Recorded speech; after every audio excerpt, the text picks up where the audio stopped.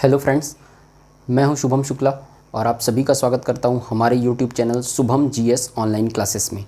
देखिए, हम लोगों ने राज्यसभा वाला हिस्सा कंप्लीट किया था, उसके बाद लोकसभा वाला हिस्सा भी कंप्लीट किया था। अब उसके पदाधिकारी वाला हिस्सा जो है वो आज की वीडियो में कंप्लीट करेंगे अपन। जैसे कि लोकसभा में अध्यक्ष और उपाध्यक्ष होते हैं, वो हम आज की वीडियो में देखेंगे। अध्यक्ष क्या होता है, उसका कार्यकाल कितना होता है, पदावधि कितनी होती है, किसे त्यागपत्र देता है, उसकी कार्य और शक्तियाँ क्या क्या होती हैं। इसके अलावा उपाध्यक्ष क्या होता है, उसके पदावधि क्या होती है, कार्य और शक्तियाँ किस तरीके की होती हैं, ये वाला हिस्सा हम आज देखेंगे।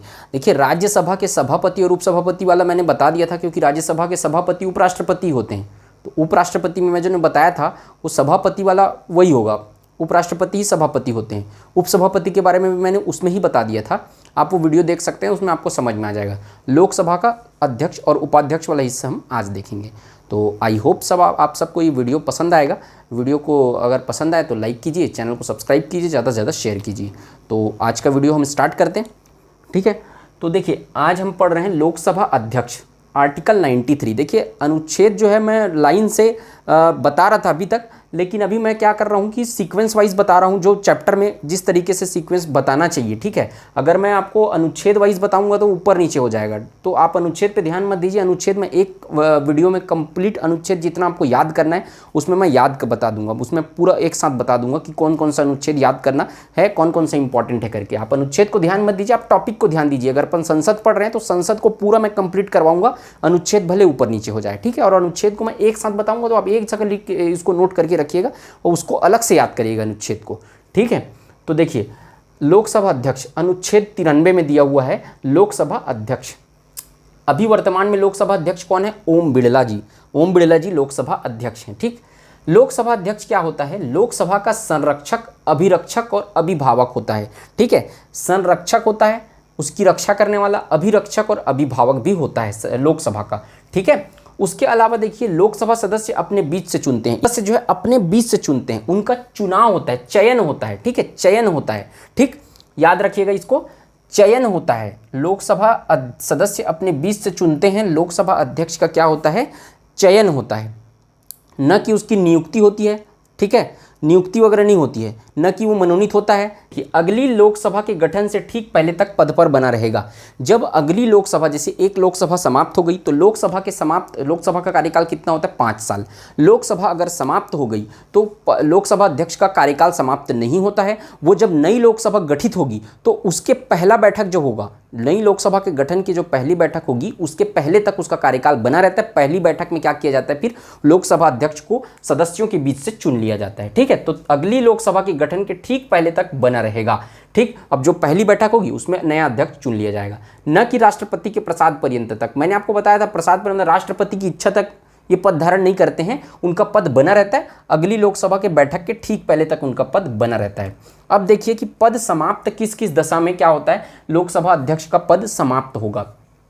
पहला, तो यदि सदन का सदस्य ना रहे वो। देखिए, लोकसभा अध्यक्ष कौन होता है? सांसद अपने बीच से चुनते हैं, तो पहले तो वो सदन का सदस्य बनता है ना। निर्वाचन मतलब लोकसभा सांसदों का क्या होता है? प्रत्यक्ष निर्वाचन होता है, जनता चुन के उनको लोकसभा में भेजती है। तो वो सदस्य अपने बीच से किसको चुनते हैं? अध्यक्ष को चुनते हैं। तो वो सामान्य रूप से क्या होता है? एक तरीके का सदस्य ही होता है। तो अगर वो सदस्य ही नहीं रहेगा, सांसद ही नहीं रहेगा, तब फिर ये कैसे अध्यक्ष बन पाएगा? तो अगर तक पद समाप्त कब होता है? जब वो सदन का सदस्य ही नहीं रहा, तब समाप्त होता है। दूसरा, उपाध्यक्ष को त्यागपत्र दे दे, ठीक। याद रखिएगा, त्यागपत्र किसको देता है? वो उपाध्यक्ष को त्यागपत्र देता है, अध्यक्ष, ये अलग से याद रखिएगा। या तीसरा कंडीशन ये है कि लोकसभा के सदस्यों द्वारा पारित संकल्प दो तात्कालीन बहुमत से पारित हो। अब ये याद रखिएगा, तात्कालीन बहुमत मैंने क्या बताया था? जितने सीटों पर चुनाव नहीं हुआ है, 545 टोटल सीटें हैं, मान लो जाए 4 सीटों पर चुनाव नहीं हुआ है, तो जितनी सीटों पर चुनाव नहीं हुआ है, निर्वाचन नहीं हुआ है या किसी कारणों से रद्द हो गया है, उन सीटों को छोड़कर बाकी जो सीटें हैं उनका क्या होगा? बहुमत, उनका बहुमत कहलाता है तात्कालीन बहुमत। तो लोकसभा के सदस्यों द्वारा पारित संकल्प, एक संकल्प पारित करेंगे लोकसभा सदस्य, जिससे क्या होना चाहिए? तत्कालीन बहुमत से पारित होना चाहिए। मतलब जितने सदस्यों का निर्वाचन है उनको छोड़ के जितने का निर्वाचन हुआ उनका 50% + 1 तत्कालीन बहुमत से पारित हो। इसकी 14 दिन की पूर्व सूचना लोकसभा अध्यक्ष को देनी जरूरी रहती है। ये तो है ही इंपॉर्टेंट, इसके अलावा याद रखिएगा ये संकल्प तभी लाया जाएगा जब 50 सदस्यों का समर्थन होगा। 50 सांसदों का समर्थन के साथ ही कोई इस संकल्प को ला सकता है और संकल्प को लाने के बाद इसे तत्कालीन बहुमत से पारित करवाना पड़ेगा, जिसमें लोकसभा अध्यक्ष जो होते हैं वो पद से हट जाते हैं। ठीक, ये ध्यान समझ गया ये चीज़। 14 दिन की पूर्व सूचना देना अनिवार्य है। इस चीज़ को देखिए, अध्यक्ष को हटाने का संकल्प अगर विचाराधीन है तो पीठासीन नहीं होगा और निर्णायक मत देने का अधिकार नहीं होगा। देखिए, सामान्य परिस्थिति में अगर लोकसभा अध्यक्ष है, सामान्य तरीके से सदन चल रहा है, तो लोकसभा अध्यक्ष को केवल निर्णायक मत देने का अधिकार होता है। निर्णायक मत मतलब क्या होता है, कोई भी विधेयक अगर पारित हो रहा है, अब उस विधेयक के पक्ष में भी 50 लोग आ गए, उस विधेयक के विपक्ष में भी 50 लोग आ गए, तो वो बराबर हो गया वोटिंग, कोई भी विधेयक पारित नहीं हो पाएगा। तो लोकसभा अध्यक्ष क्या करेगा, एक मत अपना उनका मत होगा, निर्णायक मत कहते हैं उसको, तो पक्ष में दे देगा तो पक्ष विधेयक पारित हो जाएगा, और विधेयक के विपक्ष में दे देगा तो विधेयक जो है वो खत्म हो जाएगा। तो या फिर क्या होगा, मतलब नहीं रहेगा विधेयक। ठीक है, तो उसका जो मत होता है उसी मत को निर्णायक मत कहते हैं। तो सामान्य परिस्थिति में लोकसभा अध्यक्ष क्या करता है, निर्णायक मत देता है। लेकिन जब उसको हटाने की प्रक्रिया उसमें चल रही है लोकसभा में, तो वो सदन का अध्यक्ष नहीं रहता वो। ठीक है, जब उसको हटाने की प्रक्रिया चल रही है सदन में, तो अध्यक्ष नहीं रहता, सामान्य सदस्य रहता है। तो सामान्य सदस्य के हक में क्या है, सामान्य सदस्य जो रहता है वो साधारण मत दे सकता है। ठीक है, सामान्य सदस्य है तो जब उसका हटाने का संकल्प विचाराधीन है तो साधारण सदस्य है, तो क्या करेगा, सामान्य मत दे सकता है। लेकिन वो निर्णायक मत नहीं दे सकता, क्योंकि वो अध्यक्ष क्या है, नहीं है, उस समय अध्यक्ष नहीं है, इसलिए निर्णायक मत नहीं दे सकता। अध्यक्ष न हो कि वो सामान्य सदस्य है, इसलिए साधारण मत दे सकता है। कब, जब संकल्प, उसको हटाने का संकल्प विचाराधीन है तब, नहीं तो सामान्य परिस्थिति में केवल क्या देगा, वो निर्णायक मत ही देगा। ठीक है, सेम अगर राज्यसभा सभापति का देखें तो वो सामान्य परिस्थिति में तो निर्णायक मत देता ही है। सामान्य परिस्थिति में राज्यसभा का सभापति जो उपराष्ट्रपति है वो क्या करेगा, निर्णायक मत देगा। और अगर उसको हटाने की प्रक्रिया विचाराधीन है तो भी वो क्या करेगा, सामान्य मत नहीं दे सकता। इसके तरीके से ये सामान्य मत दे सकता है क्योंकि वो लोकसभा अध्यक्ष नहीं है, लेकिन वो क्या करेगा, जो राज्यसभा सभापति है वो सामान्य परिस्थितियों में भी सामान्य मत नहीं देगा। क्यों नहीं देगा, साधारण मत नहीं देगा, क्योंकि वो सदन का सदस्य रहता ही नहीं है। ठीक है, जो उपराष्ट्रपति रहते हैं, राज्यसभा के सभापति, वो सदन के सदस्य रहते ही नहीं है, इसलिए साधारण मत वो दे ही नहीं सकते किसी भी कंडीशन में। तो इसको याद रखिएगा। शपथ किसके सामने लेते हैं, केवल सामान्य सदस्य के रूप में। देखते हो लोकसभा अध्यक्ष जो रहते हैं वो लोकसभा अध्यक्ष का कोई शपथ नहीं होता है, ये आ चुका है सवाल पेपर में, इसको याद रखिएगा। लोकसभा अध्यक्ष शपथ नहीं लेते हैं, वो केवल एक सामान्य सांसद निर्वाचित होंगे तो सांसद लोग जो शपथ लेते हैं वही शपथ लेते हैं, उसके बाद से चुन लिया जाता है। उसके बाद लोकसभा अध्यक्ष पद की शपथ वो नहीं लेते हैं, शपथ केवल सामान्य सदस्य के रूप में लेते हैं। और त्यागपत्र किसको देते हैं, उपाध्यक्ष, ये मैंने बता दिया है। ठीक, तो इसको क्या करिएगा, याद रखिएगा। अब उसके शक्ति और कार्य क्या होते हैं, लोकसभा अध्यक्ष के शक्ति और कार्य। तो पहला देखिए, सदन की कार्यवाही का संचालन करते हैं। ठीक, जो कार्यवाही होगी उसको कोऑर्डिनेट करेंगे, संचालन करेंगे, और मतभेद की स्थिति में फैसला उनका अंतिम होगा। कोई भी स्थिति में लड़ाई हो रहा है या मतभेद उत्पन्न हो गया पक्ष और विपक्ष के बीच, तो उनका जो फैसला होता है वो अंतिम होता है। वो पूरे जो सदन में कार्यवाही चलती रहती है उसके संचालक होते हैं, संचालन करते हैं। ठीक है, धन विधेयक, कोई भी विधेयक जब सदन में आया तो ये विधेयक फाइनेंस धन विधेयक है या नहीं, इसकी घोषणा, इसका निर्णय कौन लेते हैं, इसका निर्णय कौन करेंगे, लोकसभा अध्यक्ष करेंगे कि कोई भी विधेयक धन विधेयक है या नहीं। अगर वो धन विधेयक रहेगा तो उसके बाद फिर अगर धन विधेयक का मतलब उसमें सिग्नेचर करते हैं, उसमें धन विधेयक है ये करके उस पर सिग्नेचर करते हैं, और उसके बाद वो राज्यसभा जाता है, लोकसभा अध्यक्ष का सिग्नेचर रहता है कि धन विधेयक है, तो उससे राज्यसभा को पता चल जाता है कि हमको इसका पावर नहीं है, 14 दिन के भीतर हमको इसको पारित करके भेजना पड़ेगा करके। तो धन विधेयक का निर्णय कौन लेता है, लोकसभा अध्यक्ष ही लेते हैं। तीसरा, संयुक्त अधिवेशन की अध्यक्षता करते हैं। देखिए, मैंने बताया था कि संयुक्त अधिवेशन कब बुलाया जाता है, जब कोई मतभेद उत्पन्न हो गया हो, कोई विधेयक पर निर्णय न ले पा रही हो लोकसभा और राज्यसभा, कहीं फंस गया है विधेयक, तो संयुक्त अधिवेशन बुलाया जाता है। उसकी अध्यक्षता कौन करते हैं, लोकसभा अध्यक्ष करते हैं। उसकी अनुपस्थिति में लोकसभा उपाध्यक्ष करते हैं। और संयुक्त अधिवेशन बुलाता कौन है, राष्ट्रपति बुलाते हैं। ठीक है, संयुक्त अधिवेशन राष्ट्रपति बुलाता है, उसकी अध्यक्षता लोकसभा अध्यक्ष करते हैं। संयुक्त अधिवेशन हम लोग अलग से पढ़ेंगे तो मैं उसको कंप्लीट बताऊंगा। ठीक है, गणपूर्ति के अभाव में सदन को स्थगित करना। देखिए, गणपूर्ति क्या होता है सदन का, गणपूर्ति होता है कुल सदस्यों का 1/10वां हिस्सा। ठीक, कुल सदस्य लोकसभा में कितने हैं, 545, उसका 1/10 आप कर लीजिए, उतना क्या होगा, गणपूर्ति होगा। कोई भी सदन को चालू करने के लिए, सदन की कार्यवाही को प्रारंभ करने के लिए गणपूर्ति आवश्यक होती है। मतलब उतने सदस्य जो होते हैं उतने सदस्य रहने आवश्यक होना चाहिए, उपस्थित है, तभी क्या करना पड़ेगा, सदन को चालू करना पड़ेगा। तो गणपूर्ति अगर नहीं है किसी समय तो वो सदन को क्या करेगा, स्थगित कर देगा। स्थगन का अधिकार याद रखिए, रखिए इसको। मैंने क्या बताया था, 17 आहूत करना, 17 अवसान करना, ये दोनों राष्ट्रपति करते हैं। स्थगन क्या होता है, सदन को 1 घंटा 2 घंटा 4 घंटे के लिए डिले कर देना, ठीक, पोस्टपोन कर देना, स्थगन कहलाता है। तो स्थगन का अधिकार किसके पास है, लोकसभा अध्यक्ष के पास है। जबकि आहूत करने और 17 अवसान करने मतलब पूरे सत्र को समाप्त करने और सत्र को बुलाने, इसका अधिकार किसके पास है, राष्ट्रपति के पास है। तो इसको याद रखिएगा, इसको पूछता है, ठीक है। इसके अतिरिक्त देखिए, दल बदल के आधार पर निर्भरता करने का फैसला जो है वो कौन लेगा, लोकसभा अध्यक्ष लेगा। देखिए कोई एक सदस्य जो है, इस दल बदल वाले को भी अलग से अपन पढ़ेंगे पूरा डिटेल में, ठीक है। इससे रिलेटेड भी क्वेश्चन अभी लास्ट पीएससी में ही आया है, पूछता है इससे भी क्वेश्चन।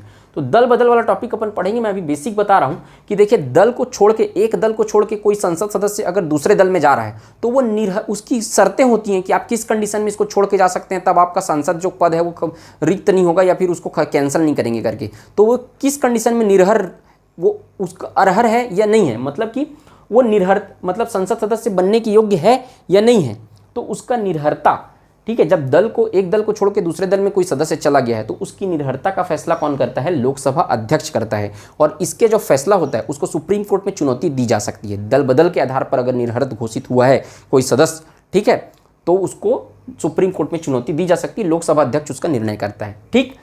लोकसभा के संसदीय समितियों के सभापति की नियुक्ति करता है। संसदीय समिति, लोकसभा में बहुत सारी संसदीय समितियां होती हैं, अपन देखेंगे पूरा संसदीय समिति क्या क्या होता है। अभी ये ध्यान रखिए कि संसदीय समिति के सभापति, जो मेन हेड होता है संसदीय समिति का सभापति, उसकी नियुक्ति लोकसभा अध्यक्ष करते हैं, ये भी याद रखिएगा। कौन सदस्य कितनी अवधि तक बोलेगा, देखिए संसद में आपने देखा होगा राज्यसभा टीवी, लोकसभा टीवी में, कि जब संसद का सत्र चलते रहता है तो सदस्य जो है वो खड़े होते हैं, उनको लोकसभा अध्यक्ष खड़े करवाते हैं कि आप बोलिए करके, और उनको टाइम देते हैं कि इतने से इतने समय तक आपको बोलना है। कौन सदस्य कितने समय तक बोलेगा इसका निर्धारण कौन करते हैं, लोकसभा अध्यक्ष करते हैं, ठीक, ये याद रखिएगा। और सामान्य परिस्थितियों में तो निर्णायक मत देता, ये मैंने बता दिया। जब उसका विचाराधीन रहता है संकल्प पद से हटाने का तो क्या करेगा, साधारण मत देगा। ऐसे सामान्य परिस्थिति में निर्णायक मत देगा। अब देखिए कौन कौन से समिति का ये अध्यक्ष रहते हैं, लोकसभा अध्यक्ष, कार्य मंत्रणा समिति, नियम समिति और सामान्य प्रयोजन समिति। ये 3 समिति जो है, कार्य मंत्रणा समिति, नियम समिति और सामान्य प्रयोजन समिति, इसके को क्या रहते हैं, लोकसभा अध्यक्ष रहते हैं, ठीक है। ये याद रखिएगा इन तीनों समिति का। सदस्यों को प्राप्त विशेषाधिकारों का रक्षक होता है ये। देखिए सदस्यों को बहुत से विशेषाधिकार प्राप्त होते हैं, संसद सदस्यों को, ये भी अपन डिटेल में देखेंगे कि संसद सदस्यों को कौन कौन से विशेषाधिकार, जैसे कि जो सदन का सत्र चलते रहता है उस दौरान उनको गिरफ्तार नहीं किया जा सकता आपराधिक मामलों में, और इसके अतिरिक्त भी बहुत सारे उनके विशेषाधिकार होते हैं, उनका रक्षक होता है। जब आपको कोई पुलिस ले जाने के लिए आएगी किसी सांसद को तो भाई लोकसभा अध्यक्ष से उसको अनुमति लेनी पड़ेगी। इस तरीके का बहुत सारा विशेषाधिकार होते हैं सांसदों के पास, उनकी रक्षा कौन करता है, कौन करता है, लोकसभा अध्यक्ष करता है। ये याद रखिएगा, इसको मैं डिटेल में और बताऊंगा कि क्या क्या विशेषाधिकार उनके होते हैं। इसके अलावा देखिए, कोई सदस्य लोकसभा अध्यक्ष निर्वाचित होता है तो वह जिस दल का है उस त्यागपत्र दे सकता है। देखिए जैसे कि कोई सदस्य जो है वो लोकसभा अध्यक्ष निर्वाचित हो गया, जैसे कि बीजेपी का कोई सदस्य है, सांसद सदस्य, वो लोकसभा अध्यक्ष चुन लिया गया उसको, ठीक है, उनको क्या कर लिया गया, चयन कर लिया गया लोकसभा अध्यक्ष के रूप में। तो वो अपने दल से, बीजेपी से चयनित हुआ है तो बीजेपी से वो त्यागपत्र भी दे सकता है और नहीं भी दे सकता है, बने भी रह सकता है, बीजेपी पार्टी को ज्वाइन किए हुए भी रह सकता है, या बीजेपी से क्या कर सकता है, इस्तीफा भी दे सकता है। वो पूर्णतः उसके विवेक पर निर्भर करता है। संविधान में ऐसा कुछ नहीं बोला गया कि वो त्यागपत्र देना ही पड़ेगा या नहीं देना पड़ेगा, उसके विवेक पर निर्भर करता है कि वो जिस दल से चुना गया है उस दल को छोड़ दे, त्यागपत्र दे दे या न दे, ठीक, ये भी याद रखिए। लोकसभा उपाध्यक्ष, अब ये लोकसभा अध्यक्ष कंप्लीट हो गया अपना पूरा, मतलब कि इसका क्या क्या शक्ति होते हैं सब बता दिया मैंने। अब उपाध्यक्ष देखिए, लगभग सिमिलर होता है लेकिन उसको भी देख लीजिए। अध्यक्ष की अनुपस्थिति में काम करता है। अगर अध्यक्ष किसी तरीके से अनुपस्थित है, उनकी तबीयत खराब हो गई, कहीं छुट्टी पे गए हैं, कुछ इस तरीके की चीज़ें हैं, तो अनुपस्थिति में क्या करता है, काम करता है कौन, वो लोकसभा उपाध्यक्ष। इसके अतिरिक्त सदस्य अपने बीच से चुनते हैं, जैसे कि अध्यक्ष को चुनते हैं वैसे ही उपाध्यक्ष को भी सदस्य जो रहते हैं अपने बीच से चुनते हैं। लेकिन ये ध्यान रखिएगा कि जो उपाध्यक्ष होता है वो विपक्षी दल का ही होना चाहिए, ठीक है, विपक्षी दल का ही होना चाहिए। पहले ऐसा नियम नहीं था, पहले दोनों ही जो अध्यक्ष और उपाध्यक्ष है वो जो सत्ता पक्ष है उससे चुने जाते थे। बाद में ये नियम बनाया गया कि भाई जो सत्ता पक्ष जो लोकसभा अध्यक्ष होगा वो सत्ता पक्ष से होगा और लोकसभा उपाध्यक्ष जो होगा वो अपोजिशन से होगा, विपक्ष से होगा। तो ये ध्यान रखिएगा। अभी वर्तमान में एन थम्बीदुरई जो है वो लोकसभा के उपाध्यक्ष हैं, ये भी याद रखिएगा, ठीक। अब देखिए, चुनाव का तारीख अध्यक्ष निर्धारित करते हैं। इनके चुनाव का तारीख कौन निर्धारित करते हैं, लोकसभा अध्यक्ष की चुनाव का तारीख राष्ट्रपति निर्धारित करते हैं। कि लोकसभा को कब चुनाव करना है, मतलब लोकसभा को कब चुनना है, लोकसभा अध्यक्ष को, और लोकसभा उपाध्यक्ष के चुनाव की तारीख लोकसभा अध्यक्ष तय करते हैं। ठीक, अब देखिए हटाने का तरीका अध्यक्ष के समान ही है, मतलब पारित संकल्प द्वारा, तत्कालीन बहुमत से पारित संकल्प द्वारा 14 दिन की पूर्व सूचना पर उनको हटाया जा सकता है, वो सेम है। उपाध्यक्ष को हटाने के भी यही प्रोसेस अपनाना पड़ेगा। ठीक, इसके अलावा देखिए केवल सदस्य के रूप में शपथ लेता है, जैसे कि अध्यक्ष केवल सदस्य के रूप में शपथ लेता था, वैसे ही ये उपाध्यक्ष भी केवल सदस्य के रूप में शपथ लेता है। उपाध्यक्ष की कोई अलग से शपथ नहीं होती है। जब भी किसी समिति का सदस्य बनाया जाता है तो स्वाभाविक रूप से सभापति बन जाता है। देखिए उपाध्यक्ष जो होता है, जब भी किसी समिति का सदस्य बनाया जाता है, कोई भी समिति का, तो वो स्वाभाविक रूप से उसका सभापति बन जाएगा। ठीक है, जब भी किसी समिति का सदस्य बनाया जाएगा उसको, तो उसका सभापति बन जाएगा वो। ठीक, ये याद रखिएगा। इसके अतिरिक्त अध्यक्ष की अनुपस्थिति में, देखिए जब अध्यक्ष अनुपस्थित रहता है, वो छुट्टी पे गया है, या किसी, मैंने बताया कि छुट्टी पे गया है, या उसने क्या किया है, छुट्टी पे गए हैं, या फिर उनकी तबीयत खराब होगी, किसी भी तरीके से अगर अनुपस्थित है, तो उसके कार्यों का निर्वहन उपाध्यक्ष करेगा। अध्यक्ष की भूमिका कौन निभाएगा? उपाध्यक्ष करेगा, उपाध्यक्ष निभाएगा, उपाध्यक्ष अध्यक्ष बन जाएगा। और उन, है ना, अगर उपाध्यक्ष भी अनुपस्थित है किसी कारणों से, तब क्या करेगा? उन सदस्यों से जिसे सभापति ने तालिका के लिए नामित किया है। देखिए सभापति जो रहते हैं, लोकसभा अध्यक्ष जो रहते हैं, एक तालिका बनाते हैं 10 लोगों की, उस तालिका में मनोनीत करते हैं अलग अलग लोकसभा सदस्यों को, कि जब भी मैं अनुपस्थित रहूंगा और मेरे अलावा अगर उपाध्यक्ष भी अनुपस्थित है, तब उन 10 में से कोई एक जो रहता है, ठीक है, तो उसमें से एक जो रहता है वो उसको चुना जाता है और वो अध्यक्षता ग्रहण करता है। सबसे सामान्य परिस्थिति में लोकसभा अध्यक्ष अगर अनुपस्थित है तो लोकसभा उपाध्यक्ष, अगर दोनों अनुपस्थित हैं तो उस तालिका में से कोई एक को चुन लिया जाता है, और वो क्या करते हैं कि वो उनका अध्यक्ष के पद का निर्वहन करते हैं। ठीक, ये याद रखिएगा। अध्यक्ष या उपाध्यक्ष का पद रिक्त हो तो अध्यक्षता राष्ट्रपति द्वारा नियुक्त सदस्य। मैंने क्या कहा? अनुपस्थिति में ये लोग करेंगे। अनुपस्थिति और रिक्तता दोनों अलग होती है। पद रिक्त कैसे होगा? इस कंडीशन में, ये कंडीशन में पद रिक्त होगा। अगर वो सदस्य ही नहीं है, त्यागपत्र दे दिया, तब क्या होगा? पद ब्लैंक हो जाएगा, रिक्त हो जाएगा। तो रिक्तता और अनुपस्थिति, ये शब्द को ध्यान रखिएगा। अनुपस्थिति एब्सेंट और रिक्तता पूरा खाली हो जाना, पद ब्लैंक हो जाना। तो याद रखिएगा, अगर पद रिक्त हो गया है तब क्या करेगा? राष्ट्रपति जो है एक सदस्य को, संसद सदस्य को क्या करेंगे? नियुक्त करेंगे। ठीक है, एक जो अन्य सांसद है उसमें से कोई भी एक को नियुक्त करेंगे। ठीक है, और लोकसभा अध्यक्ष बना देंगे। कौन? राष्ट्रपति। अध्यक्ष अगर पद रिक्त हो गया है तो फिर उपाध्यक्ष अध्यक्ष नहीं बनेगा। अध्यक्ष का पद अगर रिक्त हो गया है तो राष्ट्रपति द्वारा चुना हुआ व्यक्ति क्या करेगा? अध्यक्षता करेगा। ये याद रखिएगा। एक होता है सामयिक अध्यक्ष, ये उपाध्यक्ष भी कंप्लीट हो गया। अब देखिए सामयिक अध्यक्ष क्या होता है। सामयिक अध्यक्ष क्या होता है? मैंने क्या बताया, लोकसभा अध्यक्ष जो होता है वो नई लोकसभा के गठन के ठीक पूर्व तक उसका कार्यकाल रहता है। लोकसभा समाप्त हो गई तो उसका पद समाप्त नहीं होता। नई लोकसभा गठित होती, पहला बैठक होता है, उसके ठीक पहले तक उसका कार्यकाल होता है। तो सामयिक अध्यक्ष क्या होता है? राष्ट्रपति लोकसभा के वरिष्ठ सदस्य को सामयिक अध्यक्ष चुनता है। ठीक है, और उसको राष्ट्रपति क्या करता है? शपथ दिलाता है। तो सामयिक अध्यक्ष का काम ये होता है कि जो पहली बैठक आती है तो उसमें जो नए सांसद आते हैं, ठीक है, उस नए सांसद में से क्या करता है? जो चुनाव होता है, लोकसभा अध्यक्ष का जो चुनाव होता है, उसमें वो हेल्प करता है। तो सामयिक अध्यक्ष कौन होता है? राष्ट्रपति लोकसभा के वरिष्ठ सदस्यों को ये करते हैं। पहली बैठक में पीठासीन होता है। ठीक है, पहली बैठक में पीठासीन कौन होगा? तो वो सामयिक अध्यक्ष जिसको चुनेंगे वरिष्ठ सदस्य को, वही पीठासीन होता है और शपथ दिलाता है लोगों को। ठीक है, और ये त्याग पत्र जो होता है उपाध्यक्ष किसको देता है? अध्यक्ष को देता है। ये भी याद रखिएगा। ठीक, तो आज हम लोगों ने अध्यक्ष और उपाध्यक्ष वाला हिस्सा कंप्लीट कर लिया है। अगले वीडियो में हम अगला चीज़ देखेंगे। तो आज आई होप आप सबको ये वीडियो पसंद आया होगा।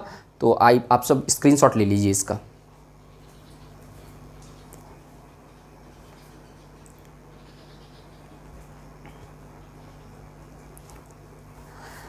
आई होप आप सबको ये वीडियो पसंद आया होगा। अगर वीडियो पसंद आया तो वीडियो को लाइक कीजिए, चैनल को सब्सक्राइब कीजिए, ज़्यादा से ज़्यादा शेयर कीजिए। आज के वीडियो में सिर्फ इतना ही। मिलते हैं नेक्स्ट वीडियो में। जय हिंद, वंदे मातरम।